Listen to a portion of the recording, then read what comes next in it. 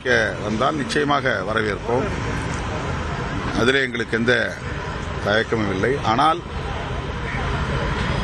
பாஜக கொள்கை அம்பேத்கருடைய கொள்கைகளுக்கு நேர் முரணானது என்பதை நாங்கள் புரிந்திருக்கிறோம், அதில் உறுதியாக இருக்கிறோம். திமுகவோடு இருப்பதால் நாங்கள் பாஜகவை எதிர்ப்பதாக கருதுகிறார்கள். அது அல்ல உண்மை. திமுக கூட்டணி இருந்தாலும் சரி, இல்லாவிட்டாலும் சரி, பாஜக கொள்கைகளை, அம்பேத்கர் கொள்கைகளை ஏற்றுக்கொண்டவர்களால் ஏற்றுக்கொள்ள முடியாது. தனியே இருந்தாலும் பாஜக கொள்கையை நாங்கள் எதிர்ப்போம். அதற்கு காரணம் பாஜக மீதுள்ள தனிப்பட்ட அரசியல் காரணங்கள் அல்ல, தேர்தல் அரசியல் காரணங்கள் அல்ல. புரட்சியாளர் அம்பேத்கர் அவர்கள் சமத்துவத்தை இங்கே நிலைநாட்டுவதற்காக தமது இறுதி மூச்சு வரையில் அல்லும் பகலும் அயராது உழைத்தவர். அந்த சமத்துவ கொள்கைகளை ஏற்றுக்கொண்ட ஒரு இயக்கமாக பாஜக இல்லை. சாதி ஒழிய வேண்டும்,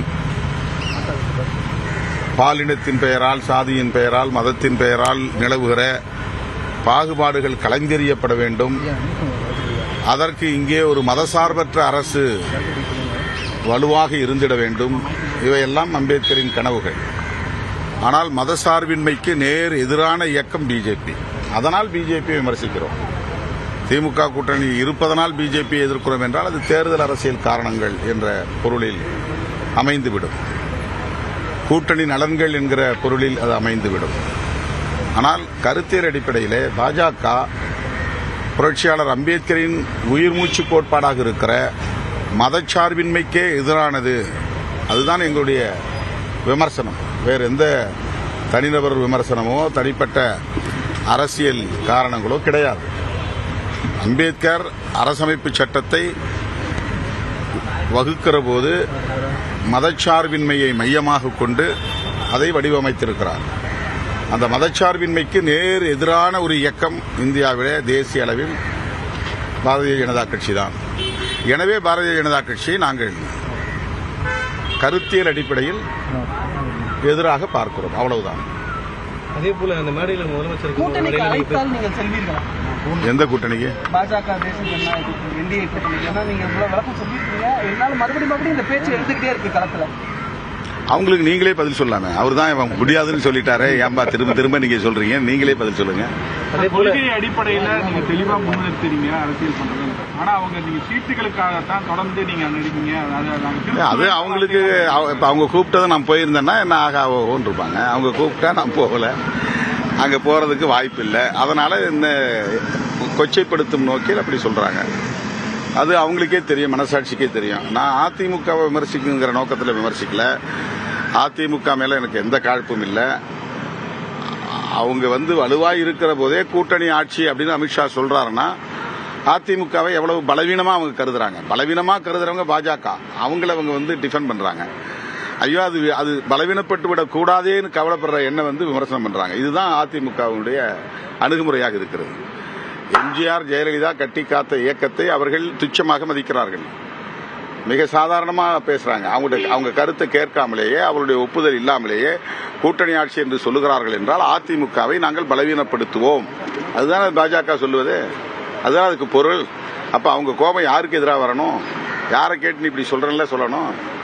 அதை நான் அதை சுட்டி காட்டுறேன். அதிமுக எச்சரிக்கையா இருங்க, உங்களை பலவீனப்படுத்த பாக்குறாங்க. நீங்க சொல்லாமலேயே அவங்க கூட்டணி ஆட்சின்னு சொல்லுவதன் மூலமா உங்களை ரொம்ப குறைச்சி மதிப்பிடுறாங்கன்னு நான் சுட்டி காட்டுறேன். அப்ப அவங்க என் கருத்துக்கு ஆதரவு கூட தெரிவிக்க வேண்டாம், அமைதியா இருக்கணும். ஆனா என்ன அவங்க விமர்சிக்கிறாங்கன்னா தன் தலையிலேயே மண்ணை வாரி போட்டுக் கொள்கிறார்கள் என்றுதான் அதை நான் பார்க்க வேண்டியதாக இருக்கிறது. பாஜக கூட்டணியே ரொம்ப குழப்பமான ஒரு சூழல் இருக்கு. அதிமுக, ஓபிஎஸ் அமமுக இருக்காங்களான்னு ஒரு குழப்பமா இருக்கு. இந்த நிலையில திமுக நீங்க உறுதியா இருக்கும் தெரிஞ்சும் மீண்டும் மீண்டும் பாஜக சரி மற்ற கட்சிகள் திருப்பி அதாவது அவங்க ப்ரொவோக் பண்றாங்க, ஏதாவது சந்தேகத்தை எழுப்புறாங்க. விடுதலை சிறுத்தைகள் கட்சி மீது ஒரு சந்தேகத்தை உருவாக்குனா திமுக கூட்டணிக்குள்ள ஒரு குழப்பம் உருவாகும். அதன் மூலமா ஒரு விரிசலை ஏற்படுத்த முடியும் அப்படிங்கறது அவங்களுடைய எதிர்பார்ப்பா இருக்கிறது. எனக்கு நீ 4 சீட்டுக்கு போற, 6 சீட்டுக்கு போற, இது போதுமா உனக்கு அப்படின்னு இன்னைக்கு திடீர் கரிசனம் பல பேருக்கு வந்திருக்கிறது. இந்த கட்சி வளரவே கூடாதுன்னு நினைக்கிறவங்க பூரா ஏன் இன்னைக்கு நீங்க 4 சீட்டு வாங்குறீங்க 6 சீட்டு வாங்குறீங்கன்னு பேசுறாங்க. அவங்களுடைய நோக்கம் என்னன்னா எங்களுடைய வளர்ச்சி அல்ல, எங்களுடைய நலன் அல்ல. எங்களை ப்ரொவோக் பண்றாங்களாம். அதாவது உணர்ச்சியை தூண்டிவிட்டு அதன் மூலமா திமுக மீது எங்களுக்கு ஒரு வெறுப்பு வரும். அங்க திமுக மட்டுமே பாதுகாப்பு அரண் அப்படிங்கிற அடிப்படையில பேசல. மதசார்பற்ற முற்போக்கு கூட்டணி, திமுக தலைமையில் இருக்கிற கூட்டணி, விடுதலை சிறுத்தைகளும் சேர்ந்து உருவாக்கிய கூட்டணி, எல்லாம் சேர்ந்துதான் பாதுகாப்பு அரண் அப்படின்னு நான் சொல்றேன். பாஜக என்கிற மதவாத சக்திகளை எதிர்கொள்வதற்கு மதசார்பற்ற முற்போக்கு கூட்டணி ஒரு பாதுகாப்பு அரண். அந்த மதசார்பற்ற முற்போக்கு கூட்டணியை உருவாக்கியதில் அல்லது அதை பாதுகாப்பதில் அதில் இடம்பெற்றுள்ள ஒவ்வொரு கட்சிக்கும் பங்கு உண்டு. அது விடுதலை சிறுத்தைகள் கட்சிக்கும் பங்கு உண்டு. அந்த அடிப்படையில் தான் நாங்கள் இந்த கருத்தை பேசுகிறோம். ஆனால் இவர்கள் திமுகவுக்காகத்தான் இவ்வளவும் பேசுகிறேன் என்பதை போல அதை திரித்து பேசுகிறார்கள்.